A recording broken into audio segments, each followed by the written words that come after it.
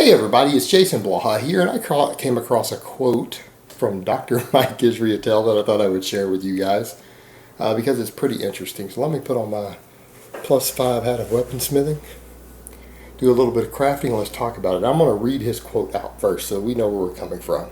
And he said, "The notion that dairy and grain intakes are directly causative of poorer health, is so absurd that only ideologically driven observers would conclude this to be the case. In other words, someone looking purely at the diet and health literature would be incredibly unlikely to single out dairy and grain intakes as unhealthy. In fact, they would be quite likely to find them as pro-healthy in most cases."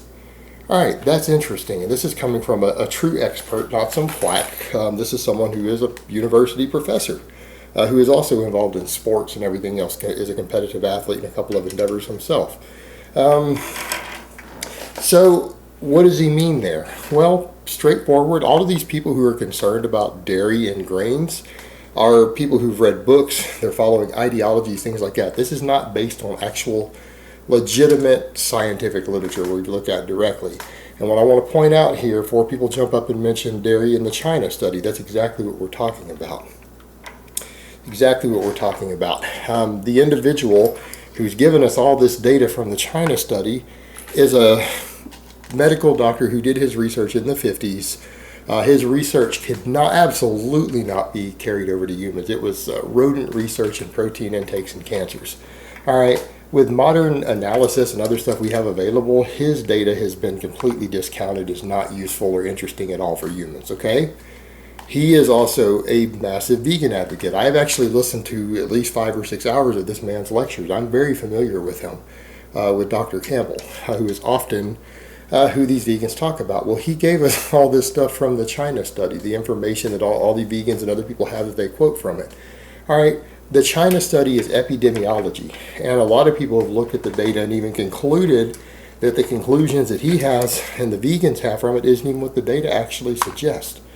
So, this whole attack on dairy as being causative of cancers and everything else isn't actually based on reality. It's based upon some dogma from people with a specific ideology. Which is all animal products are bad.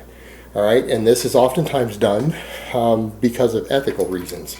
Meaning, I've even heard a vegan speaker say, even if I personally knew that animal products weren't unhealthy, I would still lie about the fact and claim that they were unhealthy because the greater good is at stake here, that stopping the torture and slaughter of animals is more important than telling the truth. So even if I had to tell a lie to commit this holocaust against animals from happening, I would do so and would lie about it. And there's the crux of the matter. That's the problem we have. We have a group that many of which feel that way, that they would lie about the data.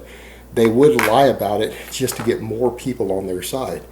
Because in their case, the ends justify the means. They see lying and telling untruths as being a morally superior alternative to what they view as a holocaust. What they view is so morally reprehensible that lying doesn't even come close. It's no big deal that the ends justify the means in this case. That's a problem that you have when we're looking at the data, because most researchers don't look at this data and come to these conclusions that they put forward. Same thing with the grain things. The anti-grain thing has been pretty much about Paleolithic dieting, which is a big trend. It's a big fad. There have been many books written on it. Paleo dieting was always about selling books. Now it's turning into selling products. Like, how do you sell products based upon prehistoric, pre-technology eating, pre-agriculture eating? Again, the same problem. We have a large number of people who started following a cult-like following. Now, CrossFit hasn't helped with that a lot because of all the paleo advocates there, but many people who push the whole paleo thing and anti-grain. And the paleo thing, it isn't based on truth. It's not based on reality that grains are bad for you, that prehistoric humans and Paleolithic humans didn't eat grains because they did, that the eating of grains has somehow made us weaker, smaller, caused bone demineralization, everything else. They've got all these ideas based upon a philosophy, an ideology. It's not based upon real scientific data. And yeah, Paleolithic man did eat grains. This is well known. This is well understood. All the anthropology, when we find remains of Paleolithic humans, we always find some grains in their GI tract. They ate grains whenever they could find them. So you've got this whole ideology that has helped fund book sales, book sales, book sales. And now it started to fund pop products and groups and everything. This is a financial interest that's created a cult that has a massive following. Again, this is ideology. This is not science. If people were to go purely based off the scientific literature, what he's saying, and he's right, that if they were to go through all the hosts of literature out there looking for causes of health problems and diets, these foods wouldn't be singled out. If they didn't have any preconceived ideology going into it, these foods wouldn't be singled out based on the data. So any ideas that people have about this are extremely biased. And here's the difference. The foods that most experts single out and find, because people say, well, a lot of foods have to be causing health problems. Well, they do. There is strong associations between various foods and health problems. And sometimes these are not direct, as in the foods themselves don't always even cause all the issues, but in indirect things, such as being low satiety, having a negative effect on your satiety, meaning you eat them and get hungry, you overeat. Overeating and obesity and excessive body fat can cause enormous numbers of problems. So a lot of times foods that don't fill you up can be a problem. High fiber whole grains aren't on that list. Refined grains can be in some cases. Not high fiber, minimally refined grains. Same thing with dairy. Yeah, some dairy can be less filling, but you know what? We've seen study after study showing fat loss in people who consume low fat or fat-free dairy. See the problems there? Low fat or fat-free Greek yogurts, things like that. Kefirs, even for people who are lactose intolerant, all these foods seem to promote fat loss. They seem to promote health. They promote all sorts of positive benefits. Some of them have been found in some studies to reduce hip fracture rates. I mean, there have been health benefits found to these things. Same thing with whole grains, all the fiber in it. The fiber alone has been found to have enormous health benefits. So people wouldn't be singling these things out. But you know what foods they do single out? And this is universally agreed. And it's so crazy that you have groups of people who are attacking things like dairy or attacking things like whole grains when we have foods that we know contribute. And you want your list? How about refined sugars? Refined sugars, any sugar that is very low in fiber and high in the substance fructose, the sugar fructose, linked to all sorts of health problems. And if you consume them chronically in excess, they contribute to health problems, large numbers of them. This isn't really debated anymore. How about vegetable oils, fried foods fried in vegetable oils that have been subjected to high temperatures and cooking your food in it. Enormous negative health effects. Universally agreed. You don't see any registered dietitians telling people to consume deep fried foods fried in vegetable oils every day. You don't see experts telling people to do this. Why? Because these foods are agreed upon to be detrimental. How about large amounts of saturated fat? And the keto guys need to back out of this one, because we're not talking about on ketogenic diets. We understand that the state of ketosis blunts a lot of this negative effect.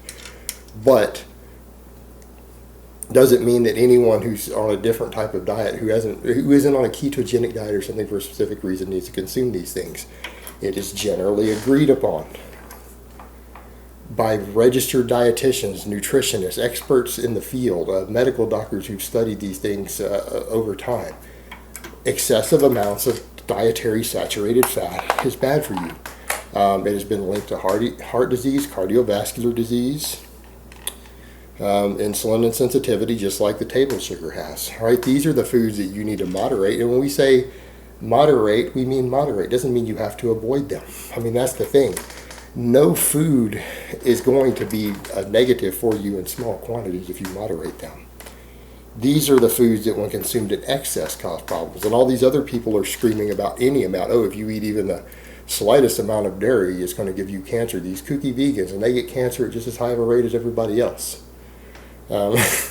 So if that's true, then meat and dairy cause cancer at the same rates that raw vegetables do. Because these guys who are oftentimes raw vegans, they get cancer at the same rate that the normal population does. Not at a lower rate. So it's absurd. But they're telling people, you can't touch these things at all. A lot of the paleo people, the same thing. No, you can't eat these things at all. Yet the foods that we know are dangerous, it is universally agreed are dangerous and bad, not even really debated anymore, they don't want to touch upon those. And even those, people are told you can consume them in moderation without having major problems. You can consume them in moderation. It's when they're consumed in excess that it's a problem. So when you look at the science and you really look at what's going on, people who have objections to these foods are not scientific at all. They're coming from the place of an ideology. They're coming from the place of an ideology or a dogma or almost a cult-like religious belief. It is not based upon looking at the scientific literature by itself without coming in with a preconceived bias. When you come in with a bias, you can try to find things, you can ignore other things, and cherry pick and find the things you want. But if you were to come in unbiased, no one would conclude that these are our real concerns, that dairy and grains are the problem. No, they would conclude that refined sugars, vegetable oils, and saturated fat in excess are the problems. That's what any reasonable person would conclude if they look at the science. All right, guys, but that's really all I have to say on that today. I hope it's been informative, and I will talk to you guys next time.